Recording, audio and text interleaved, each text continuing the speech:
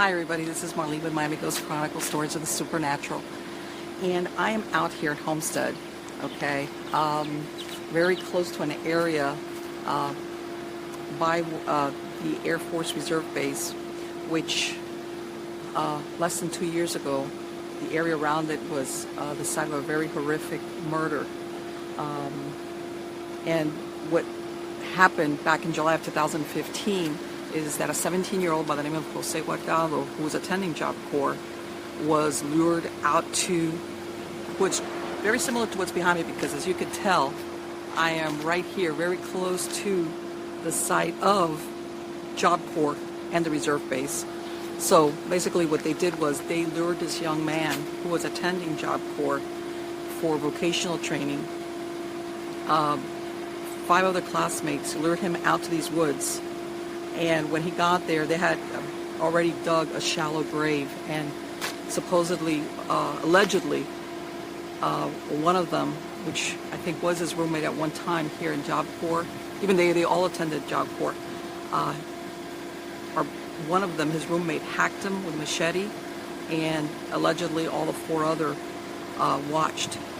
Okay, and there's even reports that the one girl in the group who had missed part of the beginning of this boy's murder, she was upset and she ended up having sex even close to the grave. And from what I understand, he was buried while most probably still alive.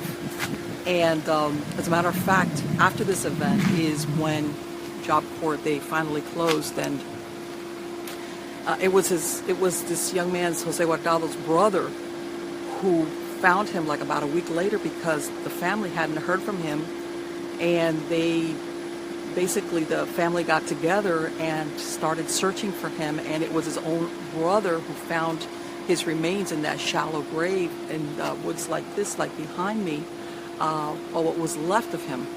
Now, what's happening is that back in February of this year, they took the death penalty off the table for 4 of the accused because of their age. I think they're still going to be facing life in prison.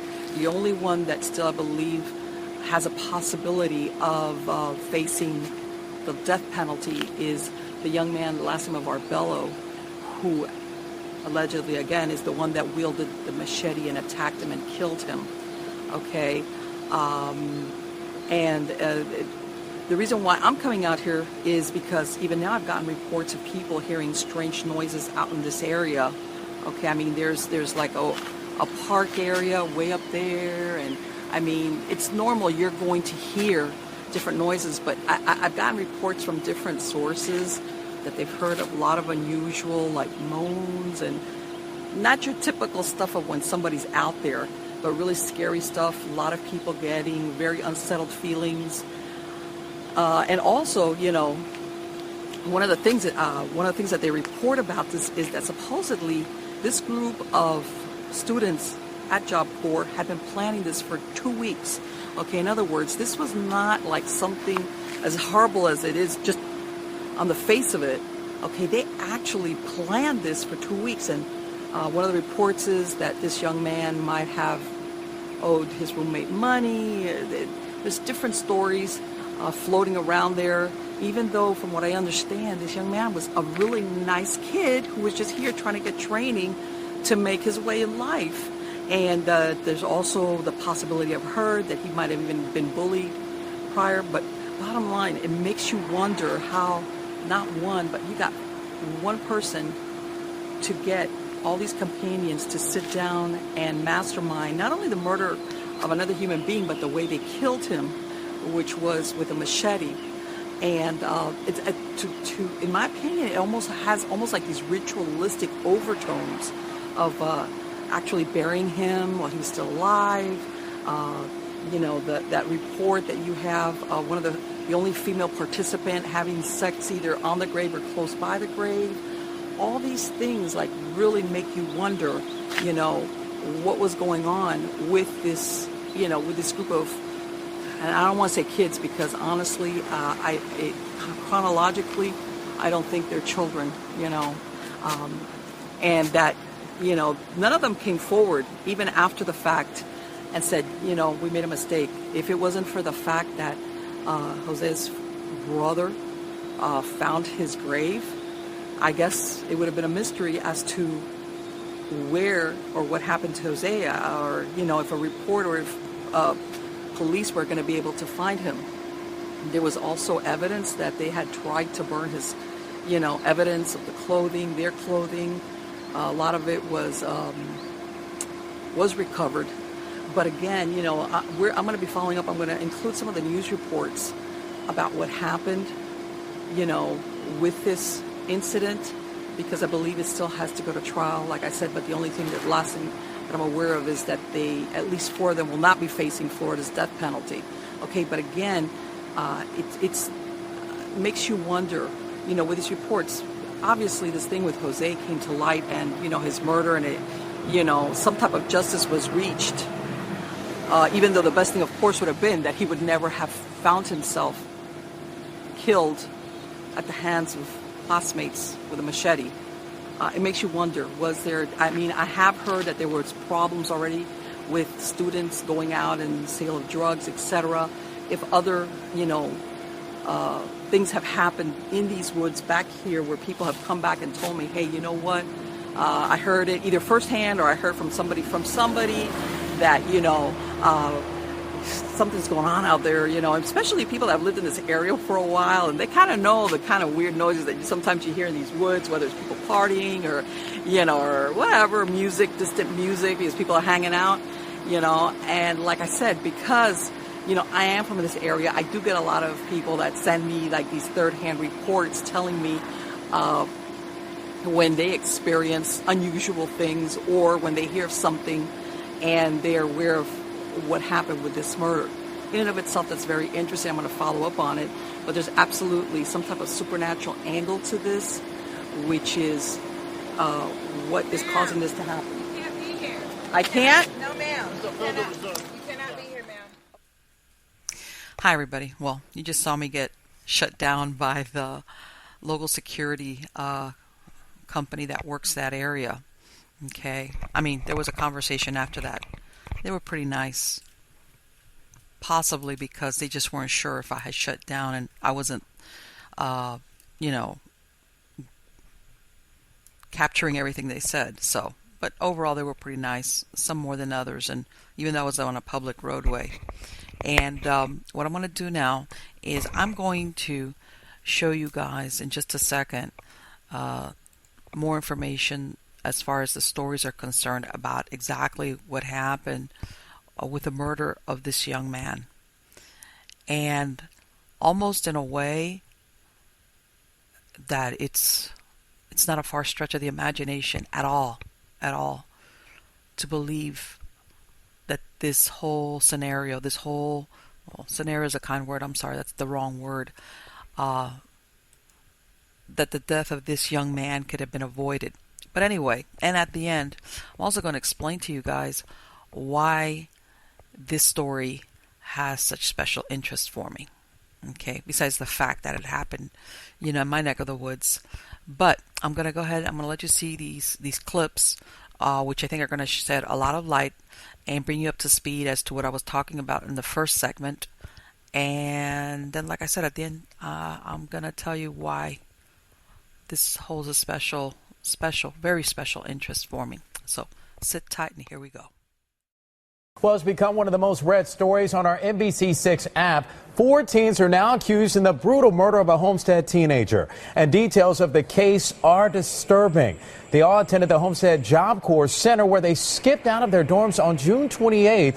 Investigators say 17-year-old Jose Guardado was lured by 4 classmates to a prepared gravesite where he was hacked with a machete, partially buried and set on fire. But on top of that, police say that 2 of the suspects, including 18-year-old Desiree Strickland, who was in bond court today, then had sex near the victim's body. A prosecutor today described what Strickland did upon learning that she was charged with first-degree murder. She then kicks several items inside of the interview room. It did take about 3 officers time to restrain her. She kicked one of them in the chest. When she actually destroyed the light socket, she took a screw out of the light socket and tried to pick the locks on her handcuff in order to get free. Well, she's not going free anytime soon. All 4 Machete murder suspects are being held without bond. And the grisly crime is shedding new light on the Job Corps Center in Homestead, a place where nearly 300 underprivileged youth are given a chance to learn about jobs and other skills. NBC6 investigator Tony Pipitone is live in our studio with more. Tony. Yeah, less than 6 months ago, we learned Job Corps had been warned to crack down on violent students. And the Homestead Job Corps Center was among those that improperly kept them on campus in 2012 and 2013 after they should have been expelled. They were warned that would put students at risk. And while the Department of Labor says it took steps to correct those problems, it's now dealing with the tragic, senseless, barbaric murder of a 17-year-old boy, allegedly by his classmates.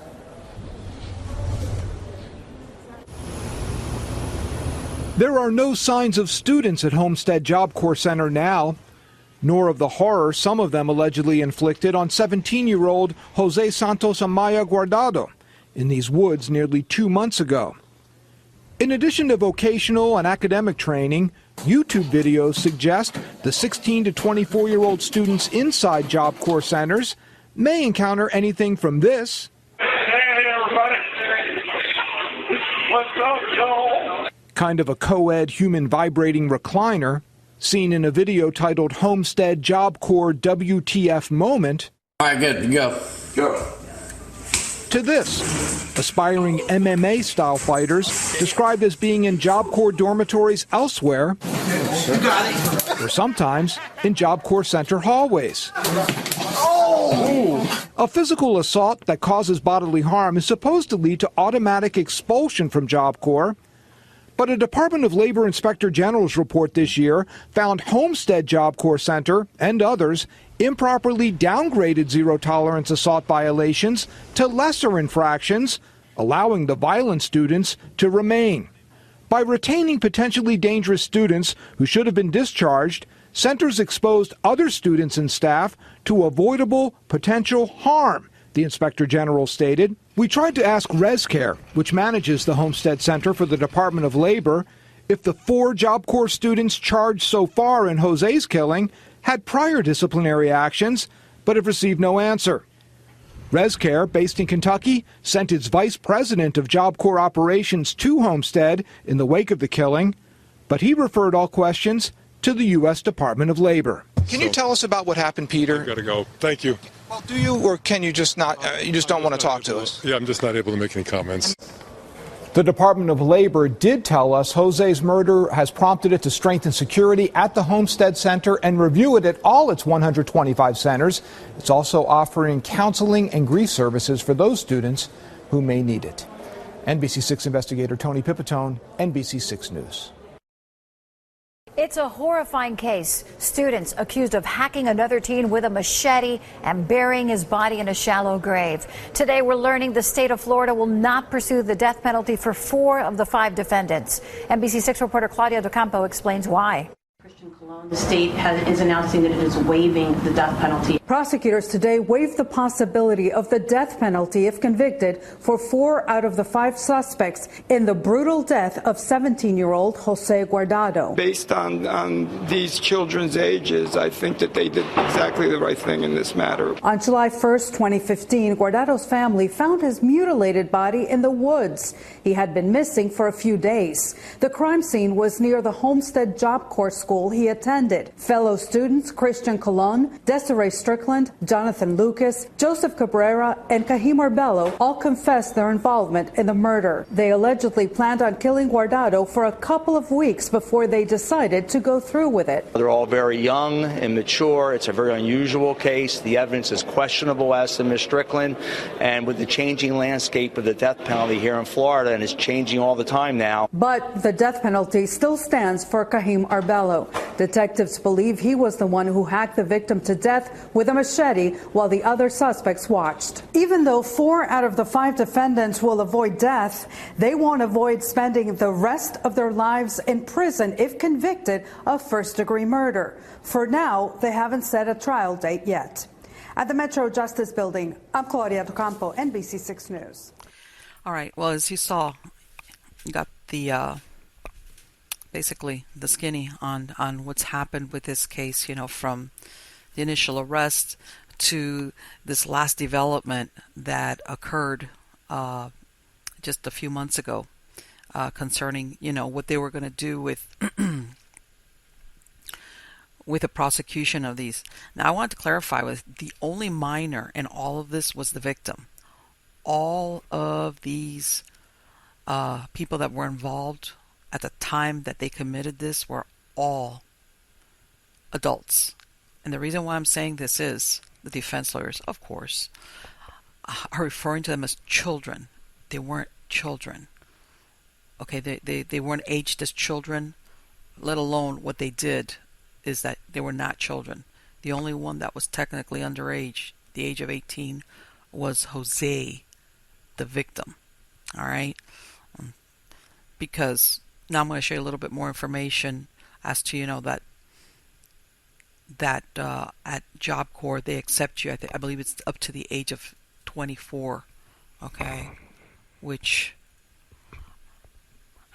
I have a feeling that this poor kid, it was throwing a lamb to the wolves. And when I don't even mean specifically this, just in that setting, in and of itself. Now I make reference also to the ritual killing, and here in South Florida, there's a lot of there's a big connection between Palo Mayombe, which is, lack of a better word, like the dark practice of Santeria. You see a lot of machetes used in their rituals. Okay, also the fact that sex act, which might or might not have anything to do with ritual. I just think it's very unusual. But then again, I'm going to tell you, even I was surprised, how using machete to kill somebody is not as uncommon as I thought. For example, and I'm just going to go back to even recent stuff. In March of this year in Texas, 2 MS-13 gang members were charged with killing a woman with a machete for a satanic ritual. Okay? Then,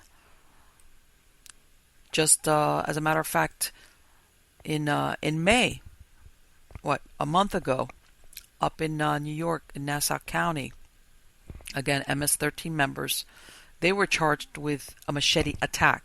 They didn't kill the person, but they attacked the person with a machete. And just a few days ago, there was a girl, a 16-year-old girl, who goes into a Walmart, shoplifts a machete, among other things, and then when she gets an Uber to take her somewhere, and then she attacked and killed the Uber driver, who was a man. Okay? And that just happened a few days ago. I say a week or so ago. So it's incredible, And by the way, I'm not one of these people like ban the sale of machetes, because machetes have use. I've had one around my house for as long as I can remember, because especially when you live in a subtropical climate, it comes in very handy for slashing away and clearing your yard. So I'm just saying the problem with the people that are out there, okay, the predators, because these are predators that are out there, and not only are they willing to kill somebody, but to me, just their choice of weapon speaks volumes, okay, about that they basically want to, there's such a sadistic angle or desire that when they inflict death on that person, they do it in the most painful way.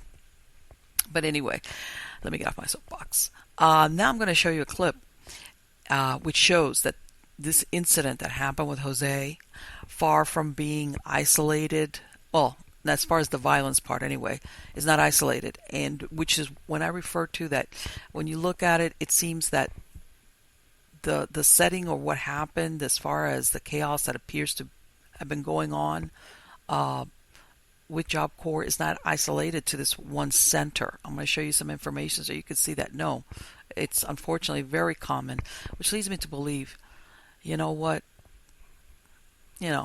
everybody's destiny, it is what it is.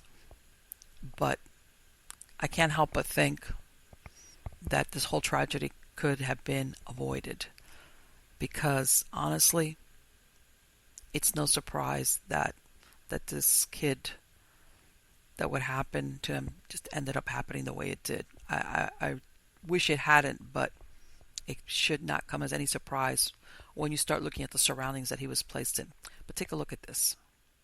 The Federal Job Corps program is celebrating its 50th anniversary. Taxpayers shell out almost $2 billion a year to educate and train disadvantaged teenagers and young adults. But is all that training doing little more than draining the taxpayers? Becky Oliver has been investigating the North Texas Job Corps in McKinney and is here with her story, Trouble at the Corps. Becky. Stephen, Heather, drugs, sex assaults, violence, allegations of cheating and fraud. And you are picking up the tab.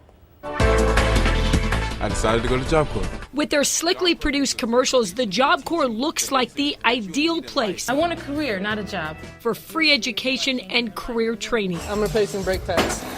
But a Fox 4 investigation finds a toxic environment riddled with crime. I was getting threatened every day. Somebody was telling me they were going to kill me. We have an atrocious drug problem on center. It went from fights to people having to go to the hospital. It's just a horrible place. Felipe Hernandez went to the Job Corps hoping to become a security guard, but it was his security that became an issue. He was jumped. Felipe called me and he's like, hysterical almost, and I'm like, what the hell?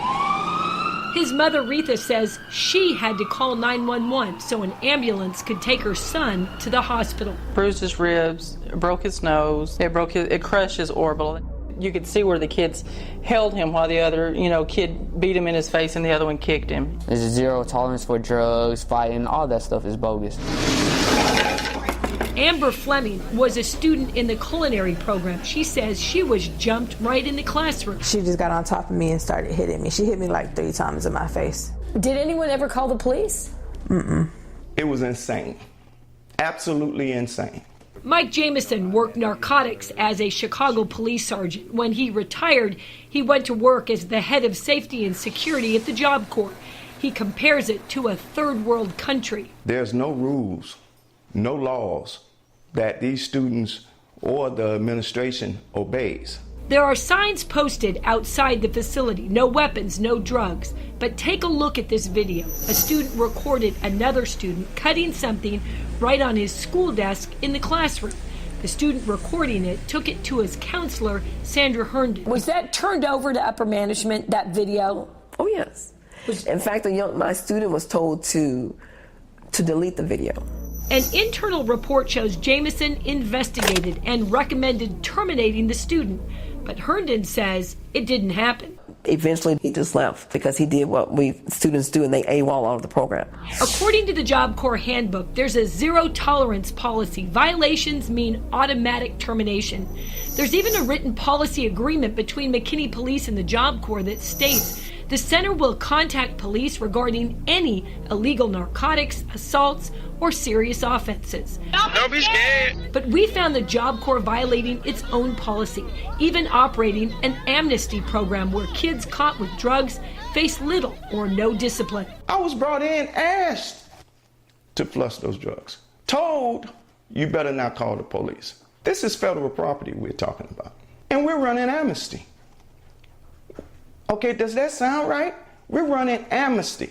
Jamison says he complained to his employer he thought more students should be terminated. The Job Corps terminated him in June. It's intimidation. That's what it is. Former teacher Dr. Teresa Sanders took it a step further, filing complaints with lawmakers, the government, even the president. She finally quit. The culture of the center is to keep them on center. And the easiest way to do that is to let them do whatever they want to do. And with the drugs comes the violence. Employees tell us brutal assaults like this one are routine, even occurring on a weekly, sometimes daily basis. So those 21 months, I saw more students being attacked than I ever saw during my whole police career. And it's not just students attacking students. Even Jameson was attacked by a student leaving a knot on his head. And police reports show this student, Christopher Simmons, attacked 2 security guards. Simmons went to jail but was never prosecuted. His criminal record shows priors for drugs and theft. Our investigation found student after student with questionable backgrounds, raising issues about why they were ever allowed to enroll in the Job Corps. Students like Justin Lewis. He came to the Job Corps after a stint in state prison for burglary and evading arrest. He was busted for drugs at the Job Corps, and now we found him back in prison for assault. And Patrick Young had a prior drug offense before coming to the Job Corps. He was busted for assault deadly weapon while on campus.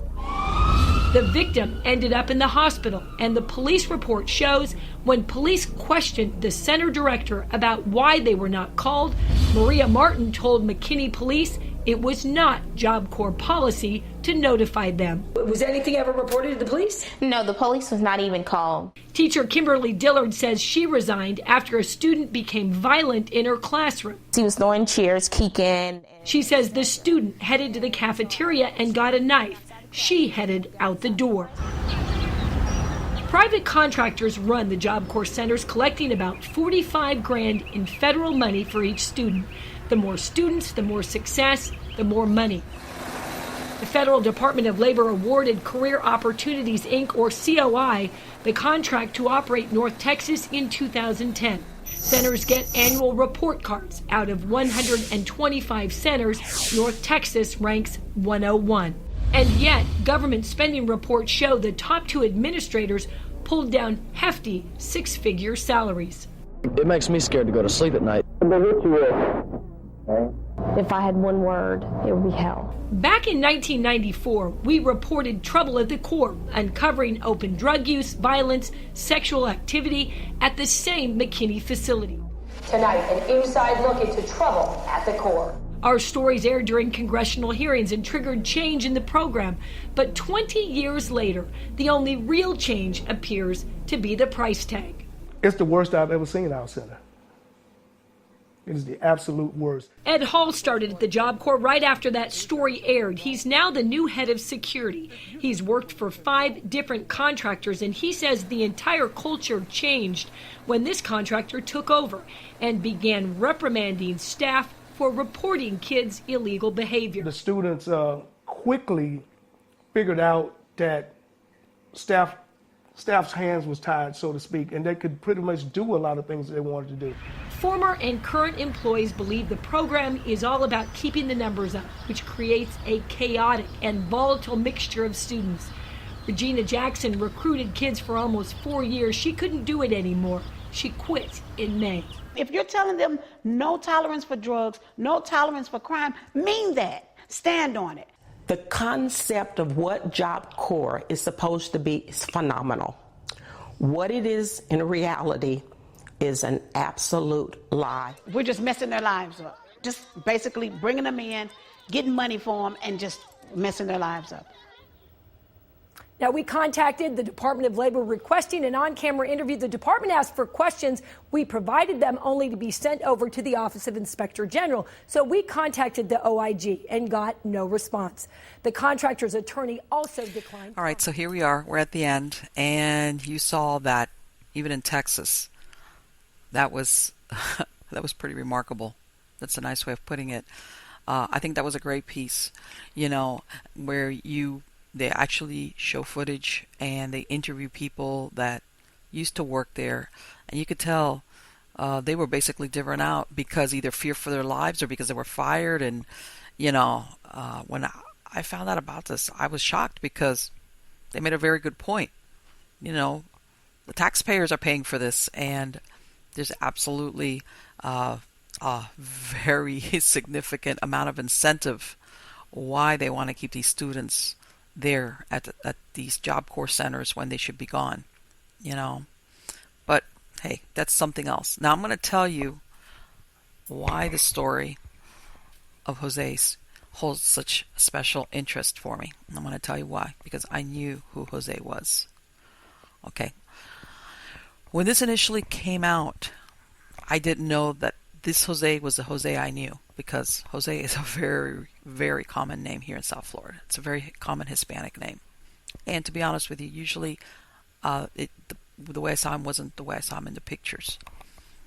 I was, before I got cut off by that security guard, I was getting to that point, and then, Now what happened was, what Jose would do was that he would sell ice cream. He was like a little ice cream vendor in a flea market down here in this area. And my son, for a couple of years, was a vendor of that flea market. And every once in a while, I would go out there and I would help him out. And that's the flea market that Jose worked at. But the thing was that Jose would either wear a little hat or he had a little hoodie on all the time. So when I saw that first picture, but then when I read it, I was like, oh my God, then I realized the big glasses and everything, that this was the Jose that I knew from the flea market. And he was a nice kid. Okay? This kid, I remember him trudging around. He's pushing his little ice cream cart. And he would just sell ice cream. And of course, a lot of times, more often than not, it's really, really hot. And as a matter of fact, even my son, when he was out there by himself, he would say, hey, give him some money, say, can you run and get me something to eat? And Jose would do that for my son. Okay? I'm telling you, I didn't know him well because I didn't, but I knew him enough because I saw him a lot of times that I was out there at that location. I would see this kid trudging along, selling ice cream, doing his thing. And, after a while, just like vendors get to know other vendors, you get to know all these people that you see there all the time. And it profoundly shocked and saddened me even more so when I realized who he was. Because this kid did not deserve that. Honestly, I can tell you. I didn't know him profoundly. But you know what? When you see this kid just going around with an ice cream cart, selling ice cream, maybe running errands for people that were there, the vendors at the flea market. I mean, nobody deserves this. Don't get me wrong. There's no human being that deserves to be killed, much less in this way. But I'm telling you, it brought it personally, I guess, like all things, when you know who that victim is, which is why I have this special interest in what happened. And believe it or not, despite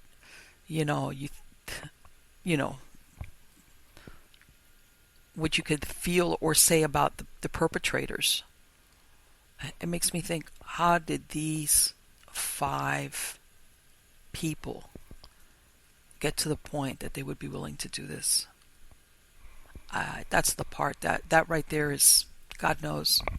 Okay, how do you become a monster? Because I'm sorry, that's what I consider you. I don't care what your age is, that you're capable not only of doing it, but of actually being an accomplice in the planning and execution, and just watch another human being getting hacked by a machete across the face, okay, being put probably partially alive in the ground and buried, and not do anything about it. And then, of course, not calling the police. I mean, there was no conscience there. I don't know what else to call it.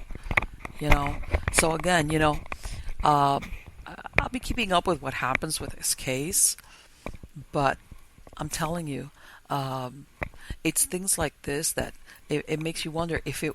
And by the way, which I think is really important, and you saw it in that last clip, Job Corps is not obligated and didn't call the family and tell anybody. The only reason why Jose got found was that he had a family. Not only did he have a family, he had a family who became really alarmed when they couldn't find him.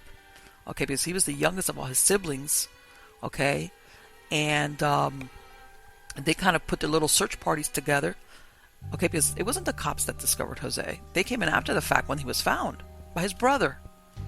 Okay, and I made mention of it briefly. Makes me wonder, did anything ever happen to other kids, not only there, in any other places, which didn't have any families to say, hey, I haven't seen my kid, or I haven't seen my nephew, or I haven't seen so-and-so, what happened to them? Are there any other shallow graves out there? All right? With undiscovered victims? I don't want to be dramatic here, but I think that, yeah, there's just that possibility that somewhere this same scenario worked out and nobody's ever gone ahead and looked for that missing person. And unfortunately, I know that that's more common than most people think. But anyway, guys, all right, I want to stop with the sad stuff. I hope you liked this show. I thought it was really interesting. Like I said, I just explained to you my own special interest in this case. Okay, I think it's sad overall. Sad, very sad for the victim, for their family, but also sad for these perpetrators as to how they got from being born innocent children to doing this. So I hope you like the show. I hope you subscribe. I hope you hit the like button, and I hope you come back every week, all right, and look at all my new interesting stuff.